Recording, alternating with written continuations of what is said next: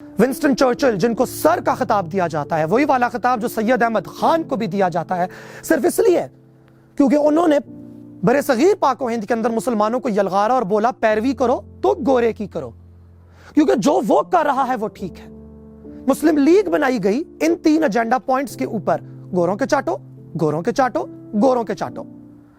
चले जी, वही चल रहे हैं भाईजान, जरा छोटी आग दीजिएगा।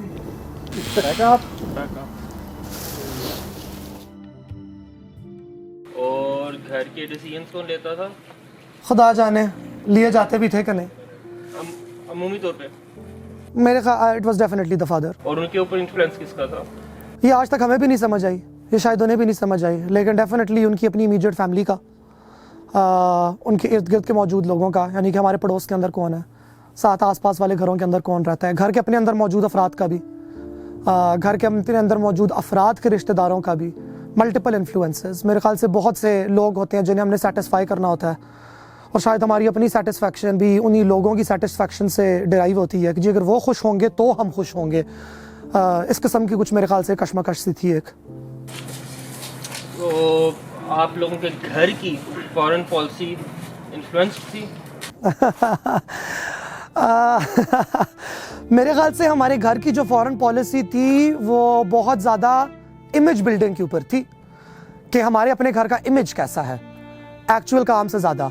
इनफैक्ट काम का मकसद भी इमेज ही होता था। हम कह सकते हैं कि अगर हमने ये वाला काम करेंगे तो इससे नतीजतन हमारा इस किस्म का इमेज आएगा। हम कह सकते हैं कि ये बड़ी आजकल की पाकिस्तान की खारजा पॉलिसी की तरह थी, जहाँ पे पाकिस्तान अपने इमेज पे ज़्यादा फोकस कर रहा है एक्चुअल एक्शन के बजाय।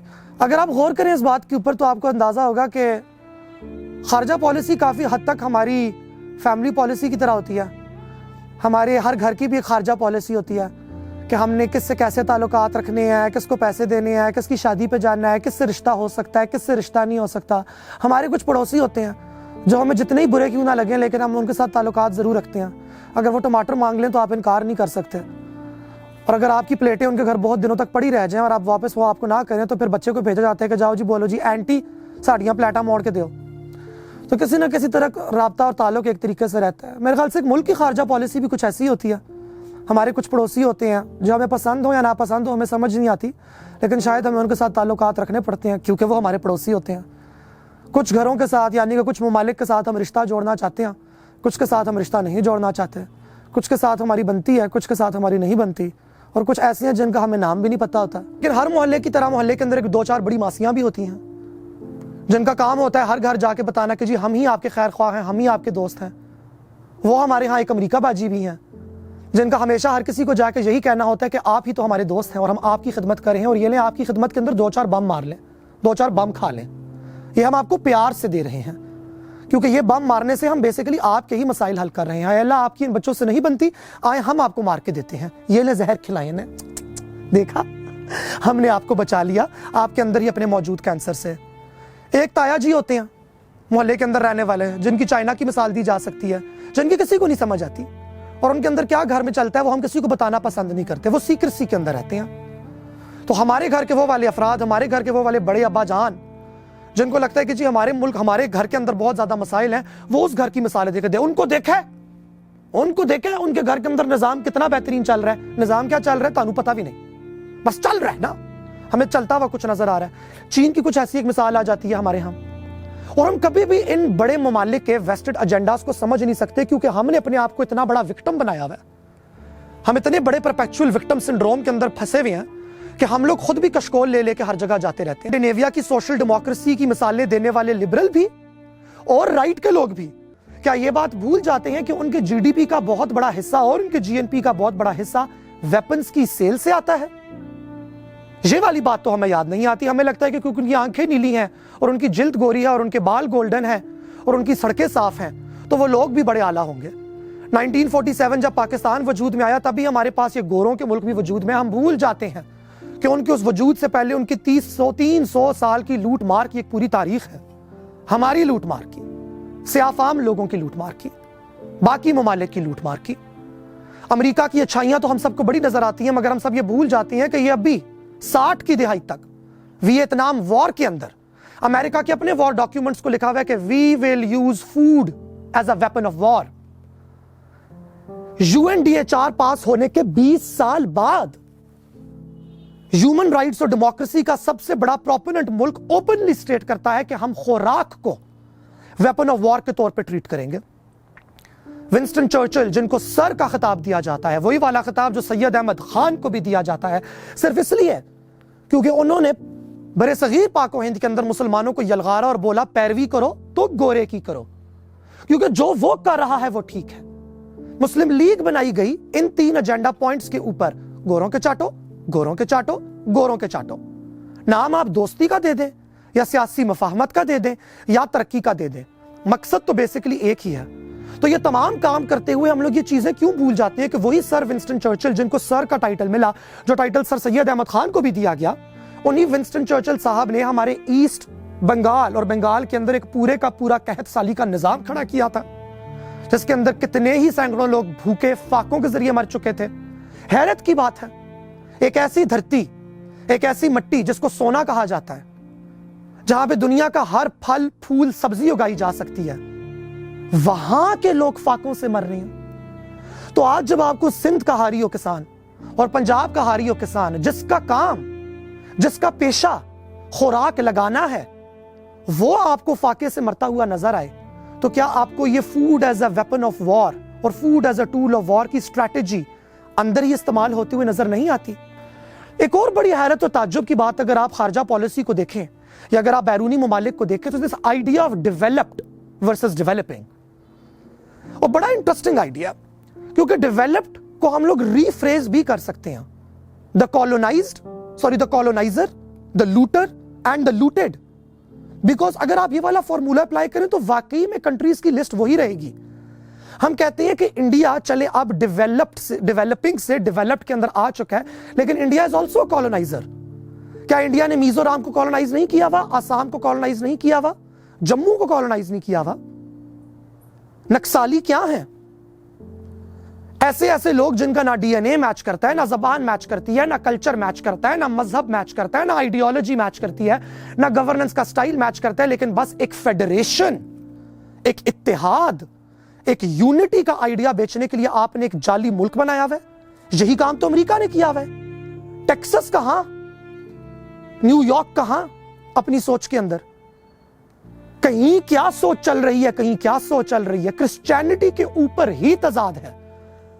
कोई एक जीसस को सेवियर के तौर पे देखता है, कोई और दूसरा जीसस को कॉलोनाइजर के तौर पे देखता है, लेकिन बस फेडरेशन की मजबूती की खातिर जबरदस्ती ये 50-51 स्टेटों को जोड़ के रखा हुआ है और बेशतर बाकियों को कॉलोनाइज किया हुआ है। पोर्टोरिको, गुआम, सेमोआ, ये स्ट्रैटेजीज तो ये वाले मुल्क भी चला रहे हैं। तो बड़ा एक इंटरेस्टिंग मॉडल डिक्टेट किया जाता है ममालिक को कि डेवलप्ड होने के लिए तुम्हें लूटर बनना पड़ेगा, तुम्हें किसी के हकाइक मारने होंगे, कहीं से तेल चुराना है, कहीं से ज़खायर चुराने हैं और कहीं से सिर्फ और सिर्फ ह्यूमन लेबर चुराना है, क्योंकि उन लोगों की औकात ही मजदूरी की है।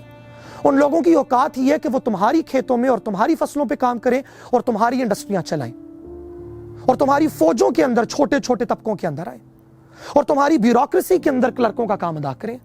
थोड़े थोड़े हम पीनट्स फेंकते रहेंगे, लेकिन उनका काम बेसिकली मजदूरी करना है। और यह है आइडिया कॉलोनाइजेशन का। और हमें देखना होगा कि हमने इस आइडिया को कितना ज्यादा खा लिया हुआ है, निगल लिया हुआ है, हम कितने ऐसी रंग में रंगे गए हैं और हम कितना ज्यादा ये काम ना सिर्फ अपने साथ कर रहे हैं मगर औरों के साथ करने के भी ख्वाहां हैं। बिफोर कंक्लूजन, तो ज़हन में एक तरफ रखें स्टॉकहोम सिंड्रोम को और दूसरी तरफ आप पाकिस्तान की फॉरेन पॉलिसी को 1947 ऑनवर्ड्स। पाकिस्तान हिस्सा बनता है उस ब्लॉक का जिसको अमेरिका लीड कर रहा है। अपेरेंटली वो आपका शुगर डैडी है। 71 के अंदर आप उनका वेट करते रहे, अंकल सैम बचाने के लिए आ रहे हैं, अंकल सैम बचाने के लिए आ रहे हैं। आपकी फोर्सेस को भी यही पता था कि बस पहुंचने वाले हैं हेल्प के लिए, नहीं आए, कभी भी नहीं आए, कभी आएंगे भी नहीं। 90s के अंदर वो आपको अबैंडन करके चलेगी। उनकी अपनी फॉरेन सेक्रेटरी कहती हैं कि जी we abandon Pakistan and this is the reason why what happened in Afghanistan. Yes, because they are motherfuckers. So Stockholm syndrome and then our obsession to Gora Chamri, US, ठीक ठीक ठीक, हम क्या कनेक्शन है? मेरे ख्याल से पाकिस्तान की वाम को कुछ हकीकतें जानने की जरूरत है। खुदा जाने ये सच है कि नहीं, मगर मैंने सुना हुआ है कि लियाकत अली खान साहब जो पाकिस्तान के पहले वजीर आजम थे, वेरी कॉन्ट्रोवर्शियल, क्योंकि मादर मिल्लत उनके काफ़ी खिलाफ थी, लेकिन उनका जहाज़ जा रहा था मॉस्को और वहां से उसको रीराउट कर दिया गया और वो चला गया वाशिंगटन डीसी। अब मुझे नहीं पता ये वाली बात कितनी दुरुस्त है कितनी गलत है, क्योंकि उस जमाने में बाइपोलर पॉलिटिक्स का कॉन्सेप्ट था कि एक हमारे पास कम्युनिस्ट ब्लॉक था और एक हमारे पास कैपिटलिस्ट ब्लॉक था। मगर मुझे ये वाली बात जरूर लगती है कि पाकिस्तान और इंडिया की पार्टीशन और पाकिस्तान के बनने के अंदर बाकी तमाम चीजें, communal politics, Muslim Hindu divide, two nation theory, वो तमाम बातें अपनी जगह रखते हुए ये वाली बात हकीकी तौर पे हमें माननी पड़ेगी कि हमारी ruling elite in 1947 and the 50s, उसके अंदर एक ऐसा तबका मौजूद था और बहुत स्ट्रांग था जो कि दिल से कैपिटलिज्म के अंदर यकीन रखता था, जिसको ये वाली बात ना सिर्फ लगती थी मगर वो इस बात को एंश्योर करना चाहते थे कि एशिया के अंदर, ईस्ट के अंदर, Pakistan is going to be the frontier of capitalism. Pakistan के होने की वजह से रेड वेव पूरे एशिया के अंदर स्वीप नहीं कर सकेगी। और यह काम बिल्कुल सेल्फिश था, ये कोई उनकी बहुत ज्यादा सालों की गौर फिक्र और फलसफे और मराकबे के बाद या अवामुन नास के साथ मुकालमा कर करके वो किसी नतीजे पर नहीं पहुंचे थे। उनका काम सिर्फ और सिर्फ अपना सरमाया बचाना था और अपने सरमाए की दौलत को अब बरतानिया और वेस्ट की तरफ से आने वाली मॉडर्निटी और इंडस्ट्रियलाइजेशन के जरिए डबल करना था। और वो इस काम में कामयाब हुए, काफी ज्यादा तरीके से कामयाब हुए। और वहां से मुझे लगता है हमारे अंदर कहीं ना कहीं ये ऑब्सेशन जुड़ा हुआ है that America is going to save us. America हमें कभी नहीं बचाएगा, हमें चीन भी नहीं बचाएगा, हमें रूस भी नहीं बचाएगा, हमने खुद को बचाना है। वो हमें सिर्फ तब बचाएंगे जब उनका अपना आप हमें बचाने से बचता होगा।